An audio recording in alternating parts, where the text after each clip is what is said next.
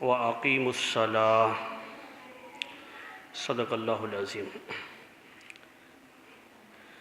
رب اشرح لي صدری ویسر لي امری واحلل عقدۃ من لسانی یفقہوا قولی۔ صلاۃ و سلام علیک یا سیدی یا رسول اللہ۔ حمد و صلات پر مشتمل مختصر ترین خطبہ کے بعد نہایت ہی واجب الاحترام معزز و محترم سامعین کرام، عزیزان گرامی قدر، گزشتہ جمعۃ المبارک پر ہم نماز کے مسائل پر گفتگو کر رہے تھے اور نماز کے شرائط میں سے ایک شرط طہارت،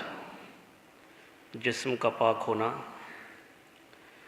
حدث اصغر سے بھی اور حدث اکبر سے بھی، یعنی اگر وضو کی ضرورت ہے تو وضو بھی کیا ہوا ہو اور غسل کی ضرورت ہے تو غسل بھی کیا ہوا ہو۔ تو حدث اصغر کے حوالے سے ہماری بات ہو رہی تھی، فرائض پر، جو وضو کے فرائض ہیں، تفصیل کے ساتھ اس پر گفتگو کی، کیونکہ اسی طرح ایک ایک جزء پر سیر حاصل گفتگو کرتے رہیں تو پھر زیادہ ٹائم لگ جائے گا۔ تو چیدہ باتیں جو ہیں وہ انشاءاللہ آپ احباب کے سامنے پیش ہوں گی۔ آج میں اپنی گفتگو وضو کا جو سنت طریقہ ہے وہاں سے شروع کرتا ہوں۔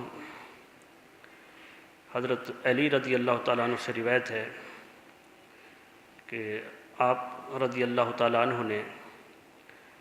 وضو فرمایا۔ سب سے پہلے آپ نے دونوں ہاتھوں کو پہنچوں تک دھویا اور اس کے بعد 3 دفعہ کلی کی،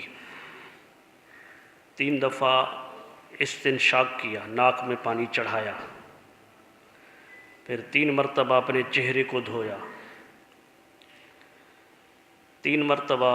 دونوں بازو کو، پہلے دایاں اور پھر بایاں بازو کو دھویا، اور پھر آپ رضی اللہ تعالیٰ عنہ نے پورے سر کا مسح کیا، اور پھر آخر میں دونوں پاؤں کو ٹخنوں سمیت دھویا۔ پھر آپ رضی اللہ تعالیٰ عنہ نے فرمایا کہ یہ رسول اللہ صلی اللہ علیہ وآلہ وسلم کا وضو ہے، یعنی آقا علیہ الصلوۃ والسلام کی سنت کو بیان کیا کہ یہ طریقہ جو سے میں نے آپ کے سامنے یہ وضو کیا ہے، یہ طریقہ، یہ سنت رسول اللہ صلی اللہ علیہ وآلہ وسلم کی ہے۔ تو سنت طریقہ یہی ہے۔ فرض میں آپ نے پڑھا تھا کہ 1 مرتبہ چہرے کو دھونا اور 1 مرتبہ دونوں بازو کو کوہنیوں سمیت دھونا، دونوں ہاتھوں کو بازوں کو سمیت، اور چوتھائی سر کا مسح کرنا، اور دونوں پاؤں کو ٹخنوں سمیت دھونا۔ 1 مرتبہ بھی دھویا جائے، جو چیزیں دھونے کے حکم میں ہیں، اگر ناخن برابر بھی کوئی جگہ خشک نہیں رہتی تو وضو ہو جاتا ہے، فرض ادا ہو جاتے ہیں۔ لیکن حضرت علی رضی اللہ تعالیٰ عنہ نے تابعین کے سامنے، اس میں کچھ صحابہ بھی ہوں گے، تو وہاں پر حضور علیہ الصلوۃ والسلام کا ایک طریقہ آپ نے بیان فرمایا، تو اس میں اضافہ یہ ہوا کہ دونوں ہاتھوں کو دھونا پہنچوں تک یہ سنت ہے، کلی کرنا بھی سنت ہے، ناک میں پانی چڑھانا بھی سنت ہے، اور پھر سارے اعضاء کو 3 مرتبہ دھونا اور مکمل سر کا مسح کرنا، یہ سنت ہے۔ اور اس مسح 1 دفعہ ہوتا ہے، مسح 3 دفعہ سنت نہیں، 1 دفعہ سنت ہے، اور سر کا مسح سنت ہے۔ گردن یہاں تک جو پچھلا حصہ ہے، گردن کا حصہ جو ہے یہ مسح کرنا مستحب ہے، یہ پچھلا حصہ، یہ اس طرف کو دھونا اور جہاں مسح کرنا یہ مکروہ ہے، یہاں تک پچھلا حصہ کو۔ کانوں کے اندر 1 ہاتھ کو رکھ کر اور پھر انگوٹھا گھما دینا، کانوں کا مسح کرنا، یہ بھی مستحب ہے۔ مستحب۔ تو مستحبات کے اندر تو کچھ چیزیں یوں بھی آتی ہیں کہ جس وقت وضو کرو تو مستحب یہ ہے کہ ایسی جگہ پر وضو کرو کہ جہاں پر پانی کے چھینٹے آپ پر نہ پڑیں، چھینٹے پانی کے جسم کے کپڑوں پر پڑیں، کیونکہ مستعمل پانی ہوتا ہے تو بعض فقہا نے فرمایا کہ اس سے وضو مکروہ ہوتا ہے۔ تو مستحب یہ ہے کہ ایسی جگہ پر بیٹھیں کہ پانی کے چھینٹے نہ پڑیں، اور مستحب یہ ہے کہ قبلہ کی طرف منہ کر کے بیٹھے، کعبہ شریف کی طرف منہ، اگر ممکن ہے اس طرح سے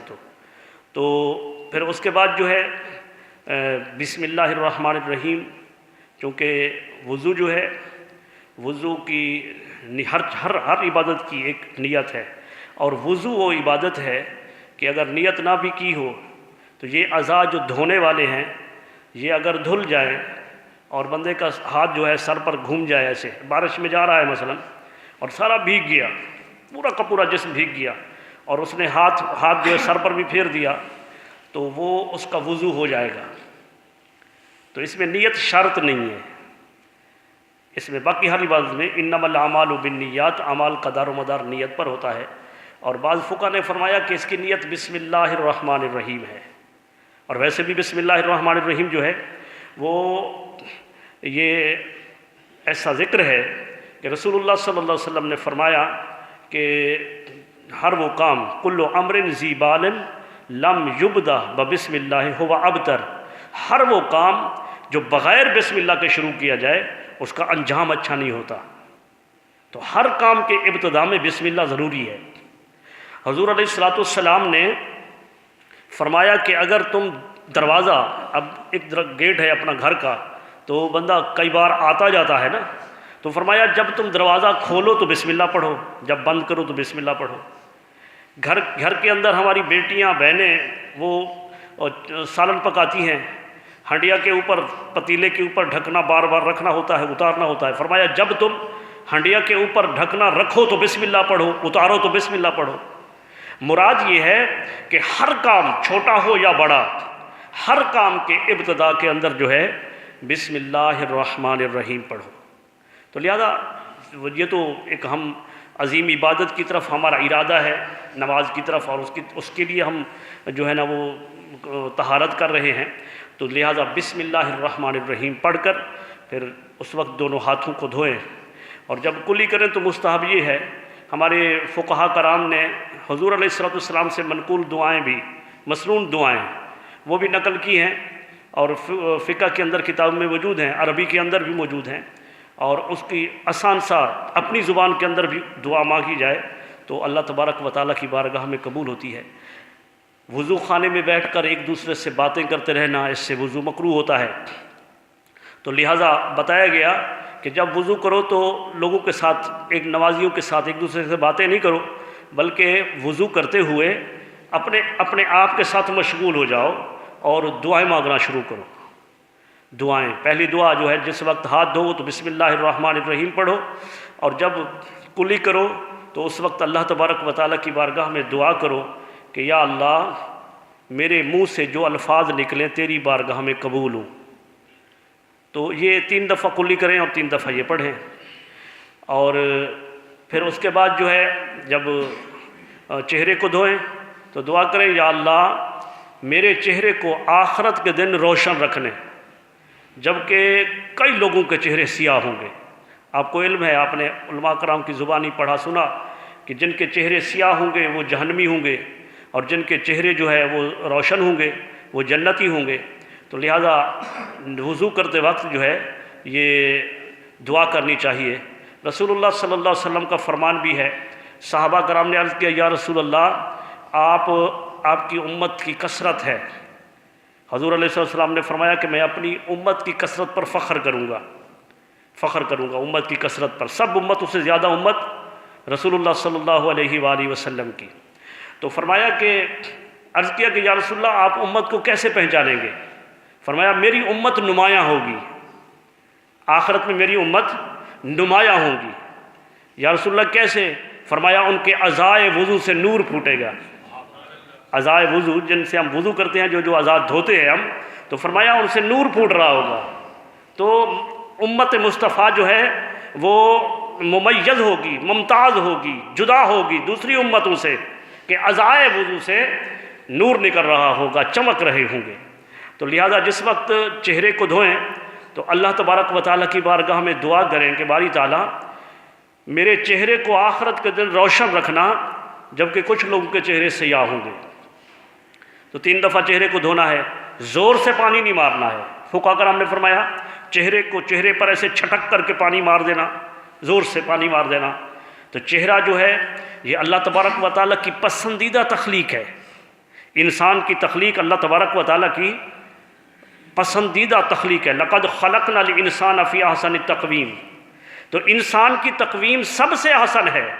لیکن یہ چہرہ جو ہے اس کو رب کائنات نے پھر اس سے زیادہ محبت فرمائی ہے، اور یہ اللہ تبارک و تعالیٰ کی تخلیق کا شاہکار ہے۔ تو لہٰذا اس پر منع ہے کہ پانی زور سے مارو۔ تو اس میں ایک سبق بھی ہے کہ جہاں علماء کرام، جید علماء کرام، فقہاء کرام فرماتے ہیں کہ پانی کو زور سے چھٹک کر چہرے پر مارنا سے وضو مکروہ ہوتا ہے، وجہ یہ بتائی کہ چہرہ تخلیق خداوندی کا شہکار ہے، اللہ تبارک و تعالیٰ کی پسند ہے، تو اس پر زور سے پانی نہ مارو۔ تو وہ کہاں جائز ہے کہ کسی کے چہرے پر تھپڑ مار دینا؟ اس وجہ سے منع فرمایا کہ جانوروں کے چہرے پر بھی نہ مارا کرو۔ تو لہٰذا جس وقت وضو کریں تو آہستہ سے چہرے پر پانی اور اس کو پورے چہرے کو ملیں، 3 دفعہ دھوئیں اور تینوں دفعہ جو ہے وہ دعا کریں، اور پھر اس کے بعد دہنا سیدھا ہاتھ دھوئیں تو اللہ تبارک و تعالیٰ کی بارگاہ میں دعا کریں کہ باری تعالیٰ میرا اعمال نامہ میرے سیدھے ہاتھ میں دینا۔ سیدھے ہاتھ میں جس کو اعمال نامہ آخرت میں سیدھے ہاتھ میں ملے گا تو وہ جنتی ہوگا، اور جس کو الٹے ہاتھ میں ملے گا وہ جہنمی ہوگا۔ تو بعض بدبخت ایسے بھی ہوں گے جن کو پیٹھ کے پیچھے سے ملے گا، ان کی بدبختی کا کیا عالم ہوگا، جن کو وہ اعمال نامہ دینے والے فرشتے، تاکہ وہ ان فرشتوں کو بھی نہ دیکھ سکے، پیٹھ کے پیچھے ان کو اعمال نامہ دیا جائے گا۔ تو اللہ تبارک و تعالیٰ کی بارگاہ میں دعا کرنی چاہیے ہاتھ دھوتے ہوئے، داہنا ہاتھ دھوتے ہوئے کہ باری تعالیٰ میرا اعمال نامہ میرے سیدھے ہاتھ میں دینا، اور بایاں ہاتھ دھوتے ہوئے باری تعالیٰ میرا اعمال نامہ میرے بائیں ہاتھ میں نہ دینا، جبکہ کچھ لوگوں کے اعمال نامے ان کے بائیں ہاتھ میں ہوں گے۔ تو 3 مرتبہ جو ہے یہ ہم دھوئیں گے دونوں بازوں کو، اور اس کے بعد جو ہے پھر سر کا مسح کرنا ہے۔ دونوں بازو دھونے کے بعد سر کا مسح۔ اچھا، سر کا مسح جو ہے وہ میں نے بتایا کہ حضرت علی رضی اللہ تعالیٰ نے پورے سر کا مسح کیا، پورا وضو 3 دفعہ آپ نے فرمایا، اور آخر میں فرمایا یہ رسول اللہ کی سنت ہے۔ تو مستحب یہ ہے، مستحب بھی ہے، سنت بھی ہے یہ کہ سر کے مسح کچھ اس طرح کیا جائے۔ علماء کرام نے فرمایا کہ اپنے ہاتھوں کو یہ نئے پانی سے تر کریں، اور یہ 3 انگلیاں اس طرح سے ملا لیں، یہ 3 انگلیاں اکٹھی ملا لیں۔ یہ شہادت کی انگلی جو ہے یہ ادھر اس ہاتھ کی، اس کی جو انگوٹھے والی انگلی ہے اس کو جدا کر لیں، اور یہ 3 انگلیوں کا پیٹ یہاں سے 3 انگلیوں کا پیٹ پیچھے کھینچتے ہوئے گدی تک لے جائیں، اور پھر واپسی پر یہ جو ہاتھ باقی ہے نا ہتھیلی، اس کو یوں سر کانوں کے اوپر سے گھماتے ہوئے واپس لے آئیں،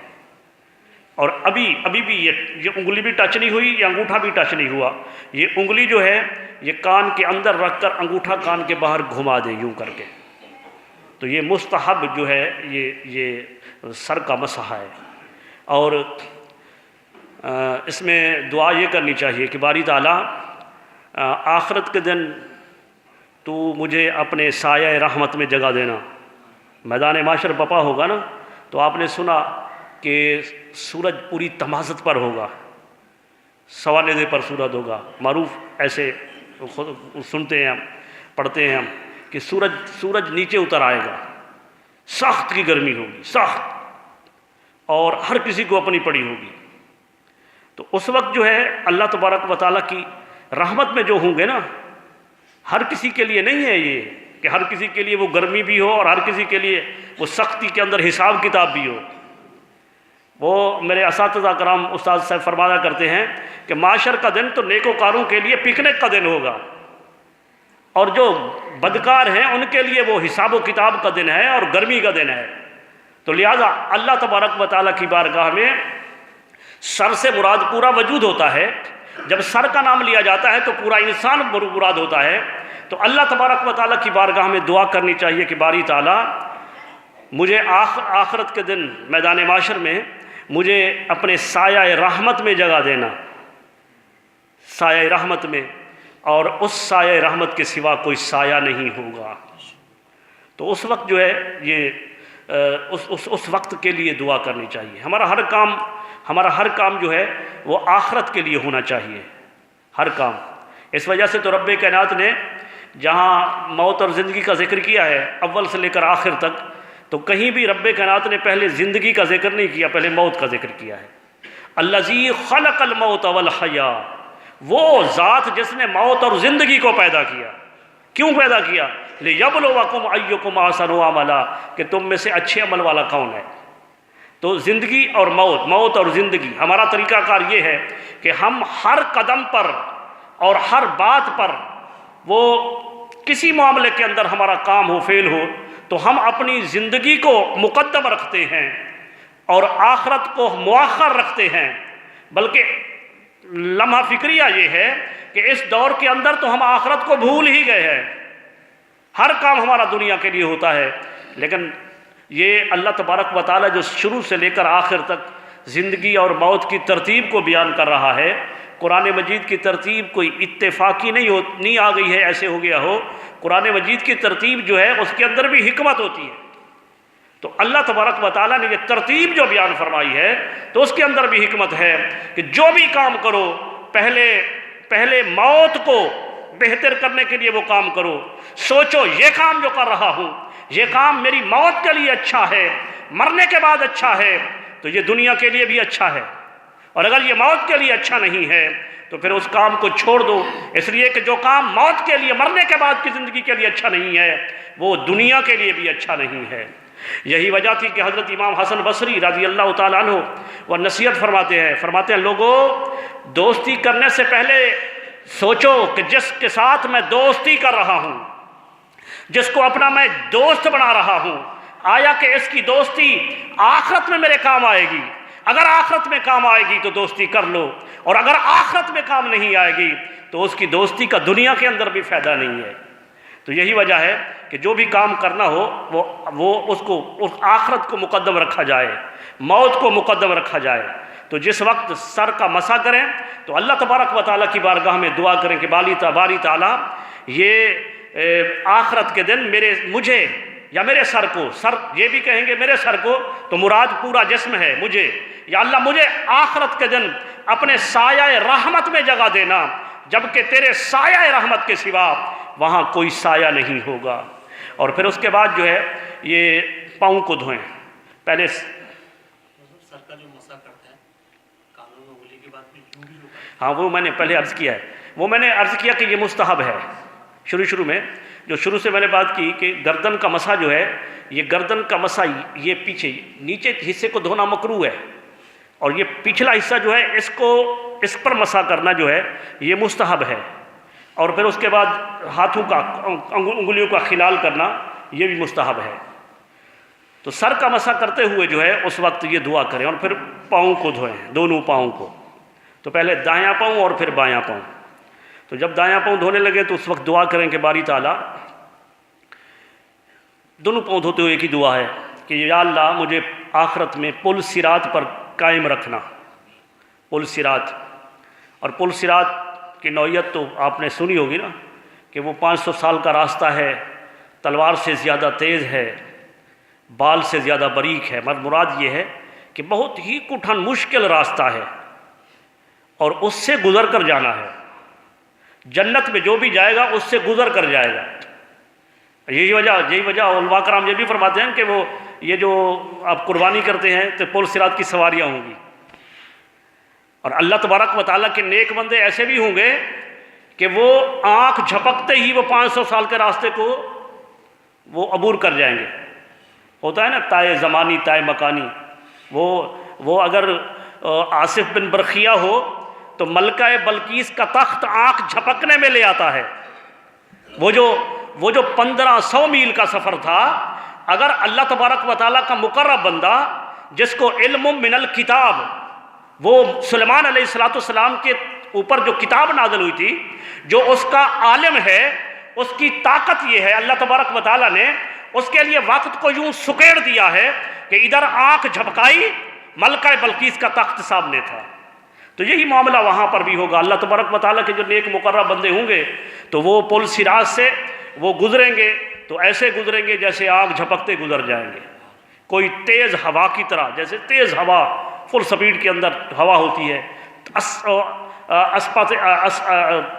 جو عربی گھوڑا ہوتا ہے اس تیز چلنے والے گھوڑے کی جو رفتار ہوتی ہے، کوئی اس طرح چلیں گے، اور کوئی وہ بھی ہوں گے کہ جو رینگ رینگ کر چیونٹی کی طرح رینگ رینگ کر اس کو عبور کر لیں گے، لیکن جو گرے گا تو نیچے جہنم ہے۔ بعض جگہ تو میں نے پڑھا کہ وہاں اسفل السافلین ہے، جو وہاں گریں گے تو گرنے کے بعد جو ہے جہنم میں جائیں گے۔ تو اس کے لیے بھی دعا کرنی چاہیے اللہ تبارک و تعالیٰ کی بارگاہ میں کہ باری تعالیٰ آخرت کے دن مجھے یا میرے قدموں کو پل صراط پر قائم رکھنا، جبکہ کچھ لوگوں کے پاؤں ڈگمگا جائیں گے۔ تو اس طرح سے اگر دعا اس طرح سے ہم وضو کریں گے تو اس طرح سے وضو کرتے ہوئے جو ہے ہمیں ثواب بھی ملے گا اور صحیح طریقے سے وضو بھی ہو جائے گا۔ اچھا، یہ باتیں جو دعائیں میں نے کہی ہیں، کیونکہ اب یا اللہ کہیں یا اللہم کہیں، عربی کے اندر دعا مانگیں، تو ایسی دعا جو ہے آپ اس مقام پر نہیں مانگ سکتے جہاں یہ لیٹرین پیشاب خانہ اٹیچ ہوتا ہے، باتھ روم وغیرہ اٹیچ ہوتے ہیں نا اکٹھے، تو اس جگہ پر اللہ تبارک و تعالیٰ بسم اللہ پڑھ سکتے ہیں، نہ وہاں پر اللہم یہ دعائیں مانگ سکتے ہیں۔ وہاں پر پلیدی کو پاک کرنے کا کام صرف پانی کا ہے، ناپاکی کو پاک کرتا ہے پانی۔ وضو کریں گے وضو ہو جائے گا، وضو کریں گے، غسل کر رہے ہیں آپ، چونکہ وضو کے اندر نیت شرط نہیں ہے، آپ غسل کر رہے ہیں، آپ نے غسل کیا اور کپڑے پہن لیے تو وضو ہے آپ کا، آپ نماز پڑھ سکتے ہیں اسے۔ لیکن یہ دعائیں جو مستحب جو چیز بتا رہا ہوں کہ مستحب یہ ہے کہ اس ایسی جگہ پر بیٹھو کہ جہاں پر قبلہ کی طرف رخ ہو، ایسے مقام پر بیٹھو کہ پانی کے چھینٹے آپ پر نہ پڑیں، ایسے مقام پر بیٹھو کہ کسی دوسرے سے بات نہ کرو، تو اس مقام پر یہ دعائیں مانگو۔ تو اس طرح سے شروع سے جب اس طرح سے دعائیں مانگیں گے تو وضو جو ہے اس کے اندر برکت زیادہ ہوگی، عبادت کے اندر مزہ آئے گا۔ تو لہٰذا یہ اہتمام ہونا چاہیے۔ جہاں ہم اپنے گھروں کے اندر ڈرائنگ روم بناتے ہیں، ویٹنگ روم بناتے ہیں، تو بھائی ایک صلاۃ کا روم بھی ہونا چاہیے، نماز کے لیے بھی ایک کمرہ، جن کو اللہ تبارک و تعالیٰ نے ہمت دی ہے تو ان کے لیے ایک کمرہ جو ہے نماز کے لیے بھی مختص ہونا چاہیے، وہ نماز کے لیے کمرہ مختص کریں، اور وہاں پر نفلی نماز، سنت نماز وہاں پر پڑھیں، اپنے بچوں کے سامنے پڑھیں تاکہ ان کو پتہ چلے کہ یہ اب وہ جو ہے سارے سال زندگی نماز مسجد میں پڑھی، کبھی گھر میں پڑھی، تو بچہ کہ یہ کیا کر رہا ہے بابا، تو ان کے سامنے جب پڑھیں گے تو بچہ بھی آ کر کھڑا ہو جائے گا ساتھ، اور وہ چھوٹا بچہ جو ہے وہ بھی نماز ساتھ پڑھنا شروع کر دے گا۔ تو یہ معاملہ نہیں ہے کہ بچوں کو جو ہے نا وہ گھر پہ مائیں اگر ناراض ہوں اور مائیں جو ہے نا وہ تھوڑی تنگ ہوں بچوں سے، کہیں بیٹے کو بھی مسجد میں لے جاؤ تاکہ شور مسجد میں کرے۔ چھوٹے بچوں کو مسجد میں لانا، کئی دفعہ ایسا ہوتا ہے یہاں چھوٹے بچے اگر پیشاب کر دیتے ہیں، تو مسجد میں بچوں کو لے آنا جو ہے، چھوٹے بڑے بچے سمجھا کر ان کو گھر میں سمجھائیں، جب وہ تیار ہو جائیں تو اس کے اندر پھر ان کو مسجد میں لائیں۔ تو گھر کے اندر یہ طریقہ، اور جہاں وضو وہاں پر غسل خانہ ہوتا ہے تو وہاں ایسی صحت کے اندر کوئی اس طرح سے بنا دے وہ نل وغیرہ کہ وہاں بیٹھ کر سنت کے مطابق وضو کیا جا سکے۔ تو یہ چیزیں جو ہیں ضروری ہیں۔ تو اس طرح سے وضو جو ہے مکمل ہوگا۔ پھر اس کے بعد ہے حد سے اکبر، یعنی غسل کے اندر صرف 3 فرض ہیں۔ غسل کے اندر کلی کرنا، ناک میں پانی چڑھانا، پورے بدن پر پانی بہانا، یہ 3 فرض ہیں۔ اور سنت طریقہ یہ ہے کہ سب سے پہلے جو ہے مقام نجاست کو دھویا جائے، اور اس کے بعد جو ہے پھر جیسے نماز میں وضو کرتے ہیں ایسا وضو کیا جائے۔ پاؤں ایسے جگہ پر ہیں کہ اگر وہاں پانی جمع ہوتا ہے تو پھر پاؤں کو نہ دھویا جائے، پھر اس کے بعد پورے جسم پر پانی بہایا جائے۔ جو مقام کان کے یہ اوپر کے حصے ہیں اس کا خیال کیا جائے، ناف کے اندر اس کا خیال کیا جائے۔ یہ مصنوعی دانت لگائے ہوتے ہیں، ایک دانت وہ ہوتے ہیں کہ جڑے ہوتے ہیں، بس وہ فکس کر دیا تو فکس ہی ہے، وہ جسم کا حصہ ہے، اور بعض دانت وہ ہوتے ہیں کہ اس کو نکال کر رکھ بھی دے سکتے ہیں۔ تو وہ مصنوعی دانت جو ہیں وہ اگر وہ مصنوعی دانت ہیں کہ وہ نکل سکتے ہیں، اب اس کے ہوتے ہوئے کلی کریں گے تو وہ دانتوں کے نیچے پانی نہیں پہنچے گا، تو وہ دانت جو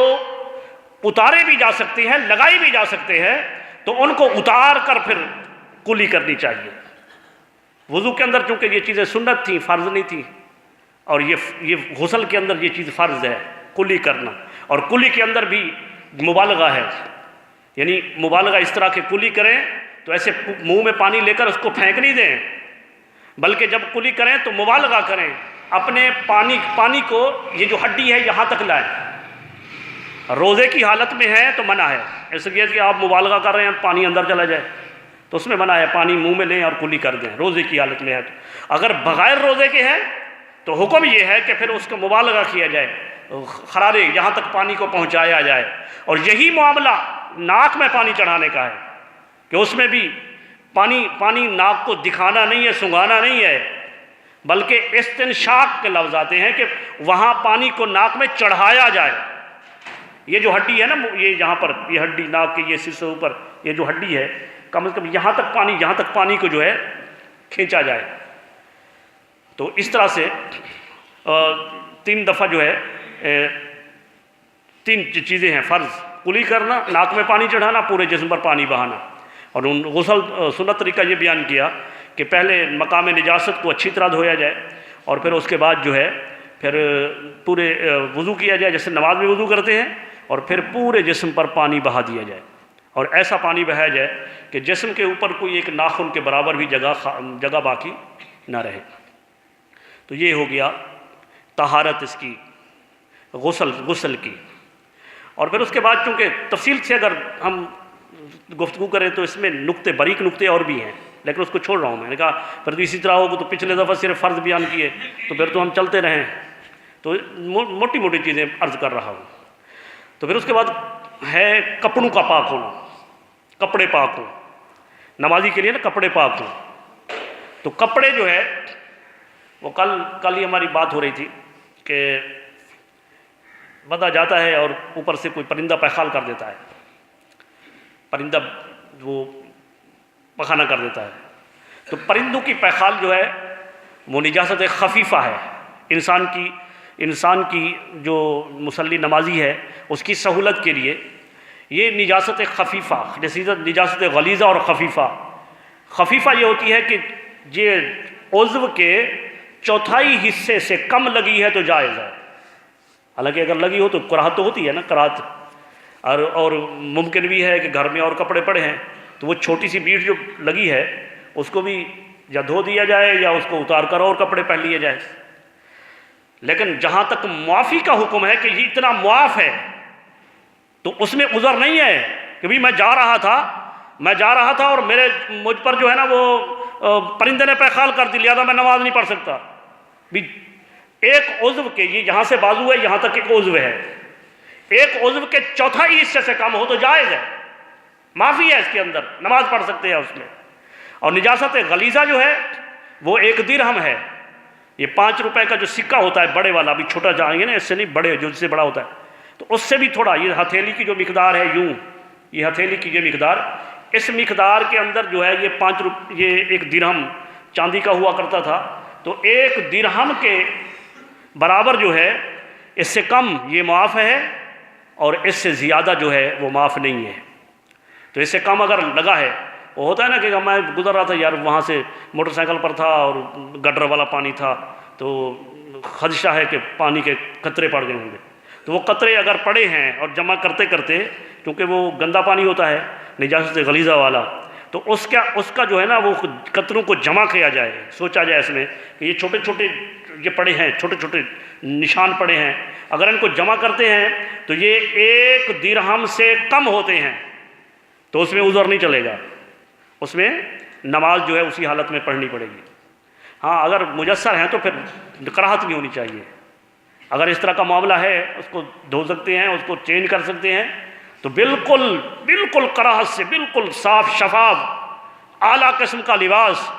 میں نے عرض کیا کہ نمازی کا لباس نماز کے لیے دوستوں سے ملاقات، شادی بیاہ، تقریبات میں جانے سے افضل ہونا چاہیے کہ اللہ تبارک و تعالیٰ کے ساتھ دوستوں سے ملاقات کرتے ہوئے جس لباس میں آپ شرماتے ہیں کہ میں وہاں تقریب میں کیسے جاؤں، دوست دیکھیں گے تو کہیں گے کہ کیسا لباس پہنا ہے. ارے دوستوں سے شرم کرتے ہوئے لباس نہیں پہن رہے، اللہ تبارک و تعالیٰ سے ملاقات میں تم وہ لباس پہن کر آتے ہو. منع ہے اس میں کہ وہ لباس پہنو کہ جو اس وجہ سے علماء کرام اور بالخصوص ہمارے امام اعظم ابو حنیفہ رضی اللہ تعالیٰ عنہ کا لباس بڑا شاہانہ ہوتا تھا، شاہانہ لباس، اور دن کو شاہانہ لباس، رات کو فقیرانہ لباس. دن کو اللہ تبارک و تعالیٰ قال اللہ تبارک و تعالیٰ قال قال رسول اللہ صلی اللہ علیہ وسلم، اور لوگوں کے ساتھ ملاقات لباس شاہانہ. اور یہی شیخ عبد القادر جیلانی، ان کے اس میں پڑھا میں نے کہ آپ کے پاس ایک بندہ آیا، انہوں نے کہا کہ یہ ہمارے جو ملک کا بادشاہ ہے اس کے پاس ایک ملک کا کپڑا بیچنے والا شخص آیا ہے، اطلس الدیباج کا کپڑا ہے، اور بادشاہ نے کہا ہے کہ یہ اس کی اتنا قیمت ہے کہ میں اس کو نہیں لے سکتا. تو آپ نے فرمایا جاؤ اس کو لے کر آؤ، اس کو بلا کر لے آؤ. اس کو بلا کر لے آئے کپڑے بیچنے والے کو. جب بادشاہ، وقت کے بادشاہ نے اس کپڑے کو نہیں خریدا تو ایک درویش شیخ عبد القادر جیلانی رضی اللہ تعالیٰ نے اس کو بلا لیا اور فرمایا کتنے پیسے ہیں؟ اس نے پیسے مانگے، اتنے پیسے ہیں، تو آپ نے دے دیے ان کو دے دیے، اور ساتھ ہی درزی کو بلایا اور کہا کہ اس کو کاٹو. تو جو قد مبارک تھا شیخ عبد القادر جیلانی کا وہ زیادہ تھا، تو کپڑا جو ہے وہ ایک آدھی بلشت کم ہو گیا، ایک آدھی بلشت کپڑا کم ہوا. کپڑا بیچنے والا بھی آپ کی بارگاہ میں بیٹھا ہے اور کپڑا آدھی بلشت کم جو ہوا،